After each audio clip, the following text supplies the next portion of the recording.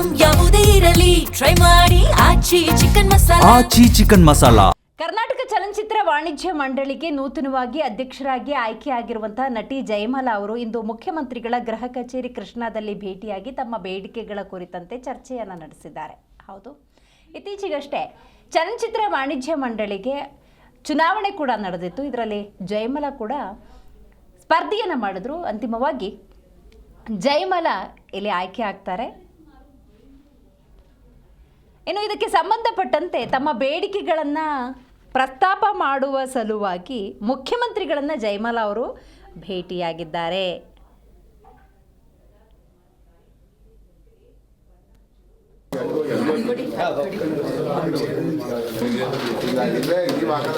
ಅದು ನೀವು ಶಾಲೆ ಇದನ್ನು ಬಿಟ್ರೆ ಬೇರೆ ಏನು ಹಾಕಲ್ಲ ಸರ್. ಅದು ಹಾಕಿದಂಗೆ ಹಾಕ್ತೀವಿ ಸರ್. ಹಂಗೆ ಒಳ್ಳೆಯದಲ್ಲಿ ನಿನಗೆ ಚೆನ್ನಾಗಿ ಮಾಡು.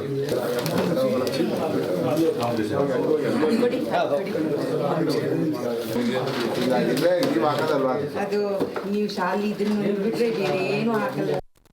ಆಯ್ತಾ ಸರ್. ನಮ್ಮ ಮಾಜಿ ಅಧ್ಯಕ್ಷರು ಗೋವಿಂದ ಅವರು,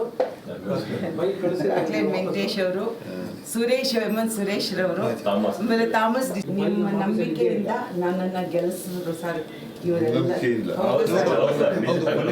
92 ವರ್ಷ 3 ವರ್ಷ ಬಿದ್ದಿದೆ ಸರ್.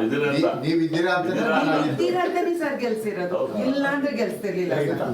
ಸತ್ಯ ಸರ್. ಮತ್ತೆ ಇದು ನಮ್ದೆಲ್ಲರದು ಬೇಡಿಕೆ ಸರ್. ಇಂಡಸ್ಟ್ರಿದು ಈ ಸಲ ಬಜೆಟ್ ಇದೆ ಸರ್. ದಯವಿಟ್ಟು ಇದನ್ನು